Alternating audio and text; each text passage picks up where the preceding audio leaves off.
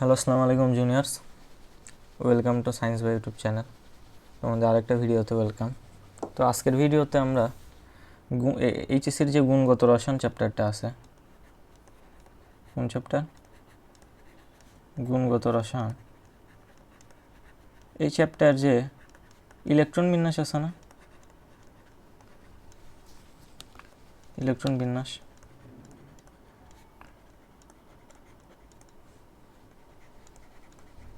এই ইলেকট্রন বিন্যাস থেকে আসা কিছু ভার্সিটির এমসিকিউ দেখব। তো চলো কি বলছে আমরা দেখি। প্রথম কোশ্চেনটা কি বলছে যে হুন্ডের নিয়ম অনুযায়ী কোন ইলেকট্রন বিন্যাসটি সঠিক। তো হুন্ড আমাদের কি বলছে যে কোনো একটা পরমাণু ইলেকট্রন বিন্যাসের সময় কি হয়, ইলেকট্রনগুলা যে অরবিটাল আছে, অরবিটালে যে সাব অরবিটালগুলোতে একমুখী স্পিনে আগে একটা একটা করে ইলেকট্রন প্রবেশ করবে, এরপর আবার উল্টা স্পিনে আবার একটা একটা করে পড়বে। মানে প্রত্যেকটা সাব অরবিটালে আগে একটা করে, এমন না যে একটা সাব অরবিটাল ফুল পূরণ করবে এরপর আরেক সাব অরবিটালে যাবে, এমন না। কিন্তু আগে একটা অরবিটালে একটা ঢুকবে, এরপর আরেকটা অরবিটালে ঢুকবে, মানে প্রত্যেকটা অরবিটালে একটা একটা করে ঢুকবে, এরপর যদি বাকি ইলেকট্রন ফাঁকা থাকে তাহলে আবার একটা একটা করে পূরণ করবে। তো এখানে এই ইলেকট্রন বিন্যাসটা কি সঠিক আছে? দেখো এখানে কয়টা ইলেকট্রন আছে, দুইটা, চারটা, 5, 6, 7, 7 ইলেকট্রন বিশিষ্ট পরমাণু কোনটা? নাইট্রোজেনের ইলেকট্রন কত? 7টা। তাহলে এটা যদি আমরা ইলেকট্রন বিন্যাস দেখি, আগে 1s2-তে ঢুকবে, এরপর কি 2s2-তে ঢুকবে, এরপর কি 2p-তে, বাকি এখানে কয়টা? 2টা গেল, 4টা গেল, আর আছে কয়টা? 3টা। এখন পি অরবিটালের আবার সাব অরবিটাল কয়টা? 3টা, 2px, 2py, আর এটা কি 2pz। তো হুন্ডের নিয়ম অনুযায়ী আমরা কি জানি, ফার্স্টে প্রত্যেকটা সাব অরবিটালে একটা একটা করে ঢুকবে। তো এখানে একটা ঢুকবে, এখানে একটা ঢুকবে, এখানে একটা ঢুকবে। এখন দেখো 1, 2, 3, 4, 5, 6, 7, 7টা ইলেকট্রন কিন্তু শেষ হয়ে গেছে, তাহলে কিন্তু আর কোনো ইলেকট্রন বিন্যাস হবে না। তো ইলেকট্রন বিন্যাসের মানে আবার আরেকটা স্পিনে কিন্তু এরকম একটা একটা করে ঢুকবে না, মানে একটা একটা করে ঢুকছে। তো ইলেকট্রন বিন্যাস নাইট্রোজেনের কি হবে? এটা হবে। তো এটা কি সঠিক তাহলে? না, এটা সঠিক না। এখানে কয়টা ইলেকট্রন দেখো তো, 2, 3, 4, 5, 6, 7। দেখো এখানেও কিন্তু সঠিক না। 2px এ আগে একটা ঢুকবে, 2py এ একটা ঢুকবে, এরপর 2pz এ একটা ঢুকবে। এখানে দেখো 2px এ ঢুকে নাই, 2py এ একটা ঢুকছে, এরপর আবার z এ দুইটা ঢুকছে, তাহলে এটাও সঠিক না। আবার আসলে এটা দেখি আমরা, তাহলে এটাও হবে না। এখানে কি বলছে? 1s2 2s, এখানে কয়টা ইলেকট্রন? 2, 2, 4, 5, 6, 7, 8, 8 ইলেকট্রন বিশিষ্ট পরমাণু কোনটা আমার? অক্সিজেন। তাহলে অক্সিজেনের ইলেকট্রন বিন্যাস কীরকম হবে? আগে 1s2, 2s2, এরপর 2pর যে 3টা সাব অরবিটাল আছে এই কয়টা আমরা লিখি, 2px, 2py, 2pz। তাহলে আরও 4টা ইলেকট্রন আছে, তাহলে প্রত্যেকটাই আগে একটা করে ঢুকবে, একটা, 2টা, 3টা। তাহলে আরও একটা ইলেকট্রন আছে, আবার প্রথম থেকে একটা করে যাবে, তাহলে এই যে একটা। এখন দেখো 2টা ইলেকট্রন ঢুকলো, তাহলে তো আমার আর ইলেকট্রন নাই, তাহলে কয়টা? 2, 3, 4, 5, 6, 7, 8, 8 ইলেকট্রন হয়ে গেছে। তাহলে আমার অক্সিজেনের ইলেকট্রন বিন্যাস কী হবে? এই যে 1s2 2s2 2px এ 2টা ঢুকবে, y একটা ঢুকবে, z এ একটা ঢুকবে। তাহলে কি ইলেকট্রন বিন্যাস কি সঠিক?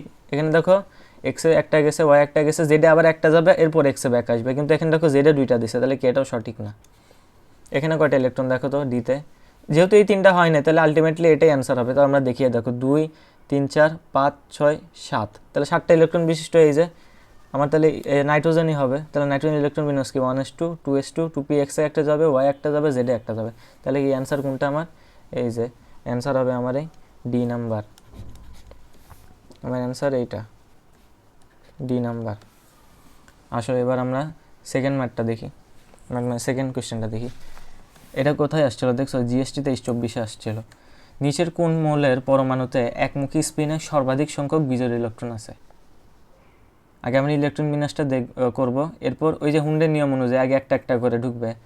মানে এই স্পিনটা কিন্তু প্রথমে এইভাবে আসে, এই মুখী ধরে এরকম এই মুখী আসলো, আবার যখন মানে সেকেন্ড যে স্টেপ আছে, মানে প্রথমে তো একটা একটা করে ঢুকবে, আবার একটা একটা করে ঢুকবে না, প্রথমে এই স্পিনে গেল, এর পরেরটাই কিন্তু উল্টা স্পিনে যায়। তো এখানে বলছে একমুখী স্পিন, মানে এইরকম একমুখী স্পিন কয়টা আছে বা বিজোড় ইলেকট্রন কয়টা আছে এটা আমরা চেক করব। তো প্রথমে কি দিছে? নাইট্রোজেন কত? 7। তাহলে কি হবে? 1s2 2s2 2px1 এই স্পিন, 2py1 এই একমুখী স্পিন, আবার 2pz1 এটা একমুখী স্পিন। এটাই তাহলে কয়টা একমুখী স্পিনওয়ালা সর্বাধিক বিজোড় ইলেকট্রন আছে? এই দেখো একমুখী স্পিনওয়ালা 1টা 2টা 3টা, তাহলে এখানে কয়টা আছে? 3টা। আসলে অক্সিজেনের দেখি 1s2 2s2 2px, প্রথমে এক স্পিন, এরপর 2py, এই যে আর এক স্পিন 2pz, এই যে আর এক স্পিন গেল। হ্যাঁ, এবার তাহলে কি অক্সিজেনে 8টা না, তাহলে আবার এই যে স্পিন গেল এরকম, এবার উল্টা স্পিনে যাবে আর একটা করে ইলেকট্রন। তাহলে দেখো এখানে বিজোড় ইলেকট্রন কয়টা? এই 1টা 2টা, তাহলে এখানে কয়টা? 2টা। এরপর দেখো আমরা ফ্লোরিন দেখি 9, তাহলে কি 1s2 2s2 2px, এই একটা স্পিন 2py, এই যে আর একটা স্পিন 2pz, এই যে আর একটা স্পিন। এখন দেখো 2 4 6 7 5 6 7, আরও 2টা আছে, তাহলে আবার এখানে একটা স্পিন ঢুকবে, এখানে একটা স্পিন, তাহলে এখানে কয়টা আছে বিজোড় ইলেকট্রন? এই যে একটা, তাহলে একটা।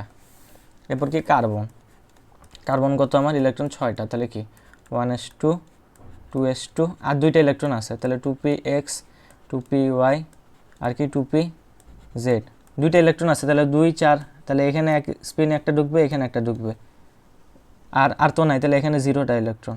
তাহলে এখানে একমুখী স্পিনওয়ালা বিজোড় ইলেকট্রন কয়টা আছে? এই একটা আছে 2টা আছে, তাহলে 2টা।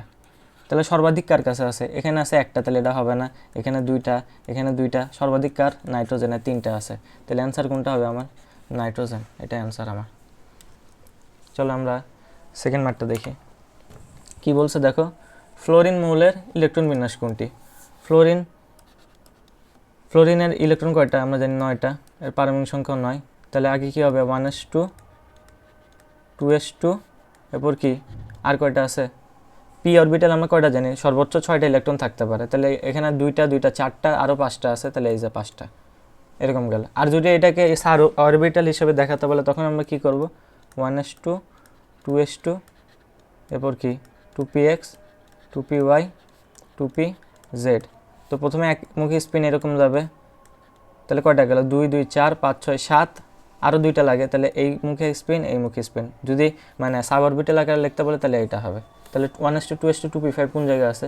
এই যে ডিতে আছে, তাহলে অ্যান্সার কোনটা আমার? ডি নাম্বার, এই যে এদিকে ডি নাম্বার আমার অ্যান্সার। এরপর কি নিচের কোনটি পি এর সঠিক ইলেকট্রন বিন্যাস? পি মানে কি আমার? ফসফরাস। তো ফসফরাস পর্যায় সারণীতে এর ইলেকট্রন কয়টা? 15টা। 15টা হলে তাহলে আমরা ইলেকট্রন বিন্যাস করি 1s2 2s2, এরপর কি 2p6, তাহলে কয়টা হলো? 2 2 4 আর 6, কয়টা? 10টা। 2pর পর কি আসে? 3s, তাহলে 3s-এ দুইটা ঢুকলো, তাহলে কয়টা হলো? 12টা। আর ফসফরাসের কত? 15, তাহলে 13 14 15, আরও 3টা লাগে, তাহলে পি অরবিটালে ঢুকবে আরও 3টা, তাহলে কত হলো? 2 2 4 আর 6 10 11 12 13 14 15। আর এটাকেও যদি সাব অরবিটাল আগে দেখাতে বলে তাহলে 1s2 2s2 2p6 3s2, আর 3p কীরকম হবে? 3p এই যে পি অরবিটালের সাব অরবিটাল 3টা, তাহলে 2px 3px 3py 3pz, 3টে ইলেকট্রন আছে, তাহলে একটা এইভাবে ঢুকবে, এই যে প্রত্যেকটা সাব অরবিটালে একটা একটা করে একমুখী স্পিনে ঢুকবে। তাহলে আমার অ্যান্সার কোনটা হবে? 1s2 2s2 2p6 3s2 3pt 2s2 এই যে বি নাম্বার অ্যান্সার হবে আমার। এরপরে দেখো কি বলছে, কোনটি Fe2+-এর সঠিক ইলেকট্রন বিন্যাস? Fe2+, Fe কি আমাদের? আয়রন। আয়রনের ইলেকট্রন কয়টা? 26টা। আমরা কি জানি? আয়রনের পারমাণবিক সংখ্যা 26, ইলেকট্রনও 26, তাহলে এইটার কিন্তু Fe বলে নাই, Fe2+। Fe2+ মানে কি? এই আমার আয়রন না, যে 26টা ইলেকট্রন, 26টার থেকে 2টা ইলেকট্রন ছেড়ে দিছে, এই আয়রন 2টা ইলেকট্রন ছেড়ে দিয়ে কী হয়েছে? Fe2+। তার মানে কিন্তু ওর কিন্তু নর্মালি ইলেকট্রন থাকে 26টা, ও যেহেতু 2টা ইলেকট্রন ছেড়ে দিছে, তাহলে ওর 2টা ইলেকট্রন বাদ গেলে কয়টা থাকবে? তাহলে ওর ইলেকট্রন সংখ্যা এখন কয়টা? 24টা। তো নর্মালি আমাদের ইলেকট্রন বিন্যাস যদি করি তাহলে কি হয়? 1s2 2s2 2p6, এখানে গেলো 10টা, এরপর কি 3s2, এরপর কি 3p6, এখানে কত গেলো? 18টা, এরপর কি? এরপর 4s-এ ঢুকবে আর 3d-তে ঢুকবে। এখন আগে কোনটায় ঢুকবে? আগে 4s-এ ঢুকবে, কারণ কি? 4s-এর শক্তি কম। কোন একটা ইসের শক্তি কম, এটা আমরা কীভাবে বুঝবো? আমাদের কোন অরবিটালের শক্তি কতটুকু এটা আমরা কীভাবে বুঝবো? n+l দিয়ে না, n+l, যার n প্লাস এল এর মান বেশি সেটাতে আমরা ওই যে আহ্বায়ক নীতি শিখছি না, যে আহ্বায়ক নীতি অনুসারে পরমাণু আগে নিম্ন শক্তির শক্তি স্তরে ঢুকবে, এরপর কি উচ্চ শক্তির অরবিটাল ঢুকবে। তো n প্লাস এল এর মান যার বেশি তার। এখন 4s নাকি 3d কার মধ্যে আগে ঢুকবে? 4s এর n প্লাস এল এর মান কত? এর n এর মান কত? 4। n প্লাস এল যদি করি তাহলে 4, আর s এর জন্য এল এর মান কত? 0, তাহলে কত? 4। আর এর আমরা শক্তি কাউন্ট করি, এখানে কত? 3। আর ডি এর জন্য এল এর মান কত? 2, তাহলে কত? 3 প্লাস 2, তাহলে কত আসে? 5 আসে। তাহলে কার শক্তি কম? যার 4, তাহলে কি আগে 4s এ ঢুকবে। তাহলে এখানে কয়টা হলো আমার? 18টা ইলেকট্রন হলো। 18, এরপর 19, 20, আয়রনে 26, তাহলে বাকি 6টা ইলেকট্রন করে ঢুকবে ডিতে, তাহলে এই যে 3d6। এটা কিন্তু নর্মাল এফই এর ক্ষেত্রে, কিন্তু এফই যখন 2+ হবে তখন কি এর ইলেকট্রন তো আমার 24টা, তাহলে আমার তখন কয়টা হবে? এর ইলেকট্রন কিন্তু এখন 24টা হবে। তাহলে 1s2, 2s2, 2p6, 3s2, 3p6, 4s আর 3d, এটা লিখি। এখন ইলেকট্রন আমার কই থেকে যাবে? এই 4s থেকে যাবে নাকি 3d6 থেকে যাবে? এটা বলো তো। আমরা কি জানি, ইলেকট্রন যখন আমরা ছেড়ে দেই সবচেয়ে বাইরের শক্তিস্তর থেকে ইলেকট্রন বের হবে, সবচেয়ে বাইরের শক্তিস্তর থেকে। এখন সবচেয়ে বাইরের শক্তিস্তর কোনটা? এই 4s না? আগে তো 1s2, 2s2, 2p6, 3s2, 3p6, এরপর 3d অরবিটাল, বা এরপর কি 4s অরবিটাল, এরপর 3d অরবিটাল, এরপর লাস্টে যায় 4s অরবিটাল। তো আমার লাস্ট অরবিটাল তো এই 4sটা, তাহলে যে আমার এই 4s-এ যে দুইটা ইলেকট্রন ছিল, এই দুইটা ইলেকট্রন এখান থেকে চলে যাবে, তাহলে 4s-এ থাকবে 0টা ইলেকট্রন, আর ডিতে কিন্তু ওই 6টা ইলেকট্রনই থাকবে। তাহলে আমার ইলেকট্রন বিন্যাস সঠিক কোনটা হবে? এটা হবে। তাহলে এরকম কোনটা আছে? 1s2, 2s2, 2p6, 3s2, 3p6, এই 4s কাউন্ট করার দরকার নেই, 0টা যেহেতু ইলেকট্রন হয়ে গেছে 3d6। আসো দেখি, 1s2, 2s2, 2p6, 3s2, 3p6, এরপর কি 3d6, তাহলে এই যে বি নাম্বার হবে আমার সঠিক অ্যান্সার, বাকি তিনটা হবে না। আচ্ছা, তোমাদের আরেকটা জিনিস বলে দিই, এই যে এল এর মান কিভাবে আসছে। এস এর জন্য এল এর মান কত? 0, পি এর জন্য এল এর মান 1, এরপর ডি এর জন্য এল এর মান হচ্ছে 2, আর এফ এর জন্য এল এর মান হচ্ছে 3। আসলে আমরা 6 নম্বর কোশ্চেনটা দেখি কি বলছে, কোনটি সর্বোচ্চ শক্তির। তো সর্বোচ্চ শক্তির ক্ষেত্রে আমরা কি বললাম, ওই যে এন প্লাস এল এর মান যার বেশি তার শক্তি সর্বোচ্চ। তো এখানে কী কী আছে সবার আমরা শক্তি চেক করব। 3d আছে, 4d আছে, 5s আছে, আর এটা কি আছে? 4s। প্রত্যেকটার ক্ষেত্রে কি আমরা এন প্লাস এল এর মান চেক করব, এন প্লাস এল এর মান চেক করব, এন প্লাস এল, এরপর এন প্লাস এল। 3ডির ক্ষেত্রে এন এর মান কত? 3, তাহলে এন হচ্ছে 3, আর ডি এর জন্য এল এর মান কত? এই যে 2, তাহলে 3 + 2, তাহলে এর শক্তি কত? 5। এটার ক্ষেত্রে এন এর মান কত? 4, আর ডি এর মান কত আমরা জানি? 2 + 2, তাহলে এর 6। 5s এর ক্ষেত্রে এন এর মান কত? 5, আর এস এর জন্য এল এর মান কত? 0, তাহলে 5 + 0, তাহলে গেল 5। এটার ক্ষেত্রে এন এর মান কত? 4, তাহলে +4, প্লাস এস এর মান কত আমরা জানি এল এর জন্য, তাহলে 0, তাহলে কত আসলো? 4। তাহলে 4, ছোট 5, এরপর 5, 6, তাহলে সবচেয়ে শক্তি কার বেশি? 6 গুণটার জন্য 4d, তাহলে অ্যান্সার কোনটা হবে আমার? 4d হবে অ্যান্সার হবে 4d। এরপর দেখো 7 নম্বর কোশ্চেনে কি বলছে, কোন পরমাণুগুলো সর্ববৃহৎ শক্তি স্তরে একই সংখ্যক ইলেকট্রন আছে। তো এখানে 4টা অপশনে দুইটা করে পরমাণু দিয়ে দিছে। কার ইলেকট্রন বিন্যাসে মানে বাইরের শক্তি স্তরে একই সংখ্যক ইলেকট্রন আছে, এটা আমরা চেক করব। তো ফার্স্টে দেখো লিথিয়াম দেখি, লিথিয়ামের ইলেকট্রন কয়টা? 3টা, তাহলে ইলেকট্রন বিন্যাস কী হবে? 1s2, 2s1। এর বাইরের শক্তি স্তর কোনটা? 2s, তাহলে 2s ইলেকট্রন কয়টা আছে? একটা আছে।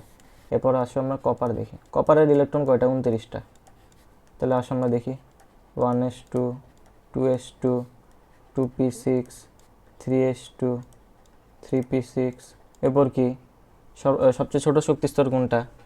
4s, মানে 3d বড় না 4s বড়? তাহলে 4s, তাহলে কি 4s এ যাবে 2টা, তাহলে কয়টা হলো? 20টা, আর এই 3dতে কত? 20 আর 9, 29 হয়েছে? হলো না? না, এটা হয় নাই।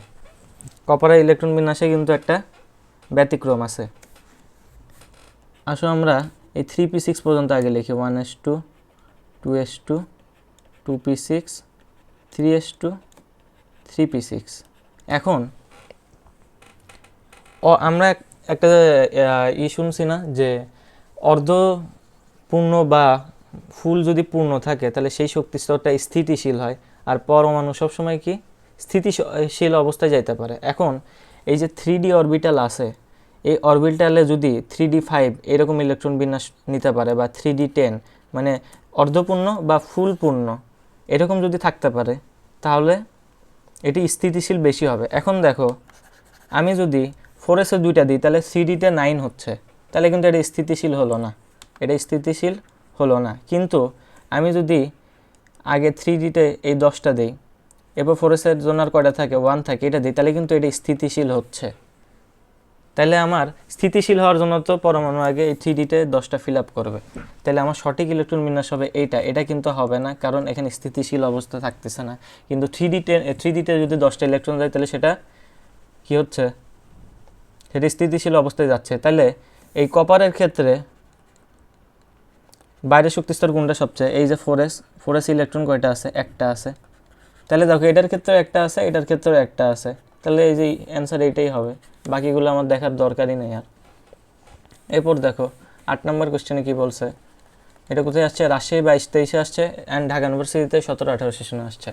কোবাল্ট এবং কোবাল্ট 2+ জন্য কোন যোজ্যতা ইলেকট্রন বিন্যাসটি সঠিক। এটা হচ্ছে জাস্ট নর্মাল কপারের জন্য, আর এটা কি কপার যখন 2টা ইলেকট্রন ছেড়ে দেয় তখন। এখন কোবাল্ট, এখন কোবাল্টের ইলেকট্রন কয়টা, কোবাল্টের ইলেকট্রন 27টা। তো কোবাল্টের ইলেকট্রন বিন্যাস কী হবে, 1s2, এরপর কি 2s2, এরপর কি 2p6, এরপর কি 3s2 3p6। এই অবধি কী গেল, এই অবধি গেল 18টা ইলেকট্রন। এখন 3d আছে আর 4s আছে, এখন কোনটাই আগে ঢুকবে বলো তো।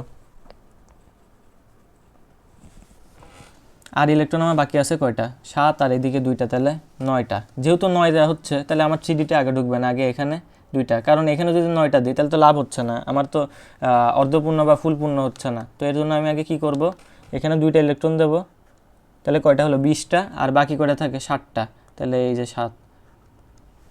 ঠিক আছে, তাহলে এরকম কোনটাই আছে, 3d7 আর 4s2, 3d7 আর 4s2, এখানেও নাই কিন্তু, এটাতেও নাই, এটাতেও নাই, এটাতেও নাই, তাহলে 3d7 4s2 এটাই আছে। এখন আসো আমরা কোবাল্ট 2+-এর ক্ষেত্রেও দেখি। কোবাল্ট 2+-এর ক্ষেত্রে এই 27 কিন্তু আমি এখানে পরমাণু সংখ্যা লিখতেছি, ইলেকট্রন সংখ্যা না। কোবাল্ট 2+-এর ক্ষেত্রে ইলেকট্রন কয়টা হবে, তাহলে 2টা ইলেকট্রন ছাড়ছে, তাহলে 27 - 2, তাহলে এর ইলেকট্রন সংখ্যা এখন কত হবে, 25টা। তাহলে এই 1s2 2s2 2p6 3s2 3p6, এখানে আছে আমার 3d আর 4s। এখন সবচেয়ে বাইরের শক্তিস্তর কোনটা, আমার 4s, যেহেতু এই 4sটা তো আমার সবচেয়ে বাইরের শক্তিস্তর, তাহলে এখান থেকে 2টা ইলেকট্রন ছেড়ে দেবে, তাহলে এখানে হয়ে যাবে 0, আর এখানে থাকবে 7টা ইলেকট্রন। তাহলে এখানে বাইরের শক্তিস্তর ইলেকট্রন বিন্যাস কোনটা হবে, এই 4s2 আর থাকবে না, দরকার নেই, এখানে ইলেকট্রন নাই, তাহলে 3p6 আর 3d7। ঠিক আছে, 3p6 আর 3d7, বা 4s 0টা রেখে দিই, এ দেখো, তাইলে এই 3d7 4s2 এখানে আছে, এই দেখো 3d7 4s2, আর কি 3d7 4s-এ আছে কয়টা, আর 0টা, তাহলে এখানে দেখো 3d7 4s-এ আছে 0টা, তাহলে অ্যান্সার কোনটা হবে, আমার ডি নাম্বার অ্যান্সার হবে। এরপর দেখো কি বলছে, আহ্বায় নীতি অনুসারে কোন অরবিটালে ইলেকট্রন সর্বপ্রথম প্রবেশ করবে। এটা কোথায়, রাজশাহী 22-23-এ অ্যান্ড ঢাবি 13-14 সেশনে আসছে। এখন আহ্বায় নীতি অনুসারে আমরা কি জানি, পরমাণু আগে নিম্ন শক্তি অরবিটালে ঢুকবে, এরপর কি উচ্চ শক্তি অরবিটালে। তাহলে আমরা প্রত্যেকটার আমরা কি পাওয়ার চেক করব, 3d-এর জন্য, 4s-এর জন্য, 4d-এর জন্য, আর 5s-এর জন্য। কীভাবে চেক করব, n+l দিয়ে, n+l দিয়ে, n+l, n+l। তাহলে এর n এর মান কত, 3, আর এই যে আমি বলছিলাম s এর জন্য l এর মান 0, p এর জন্য 1, d এর জন্য কত 2, f এর জন্য কত 3, তাহলে d এর জন্য কত 2, তাহলে এটা কত হবে, পাওয়ার 5। এখানে কত 4s, তাহলে 4 + 0, তাহলে এখানে কত আসলো 4, এখানে কত 4 + d এর জন্য 2, তাহলে কত 6, এখানে কত আসলো 5s, তাহলে 5 + 0, তাহলে কি হবে 5। তাহলে সবচেয়ে কম শক্তিকার এই যে 4, যার, তাহলে কত 4s, তাহলে আগে কোনটায় প্রবেশ করবে, 4s এ প্রবেশ করবে, তাহলে বি নাম্বার অ্যান্সার। আবার কোনটি অধিক স্থিতিশীল, ওই যে বললাম যদি অর্ধপূর্ণ হয়, এই অর্ধপূর্ণ অরবিটাল এরকম ধরো হলো, বা এরকম পূর্ণ অরবিটাল হলো, এটার জন্য শুধু ডি এর ক্ষেত্রে না, এটা কিন্তু পি এর ক্ষেত্রেও হবে, যেমন পিতে এই 3p3 2p3 বা 2p6 এরকম হলেও কিন্তু এটা বেশি স্থিতিশীল হবে। তাহলে D5 আর D10 এরকম হলে কি আমার বেশি স্থিতিশীল হবে, কিন্তু D10 এটা যেহেতু পূর্ণ মানে পুরাপুরি এটা যেহেতু ফিল আপ হয়ে গেছে, তাহলে এটার শক্তি মানে এটা বেশি স্থিতিশীল হবে অর্ধপূর্ণর থেকে।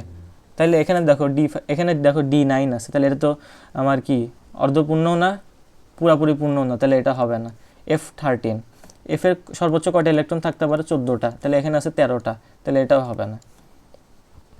এখানে দেখো কি দেওয়া D5 আর S2, D5 আর S2।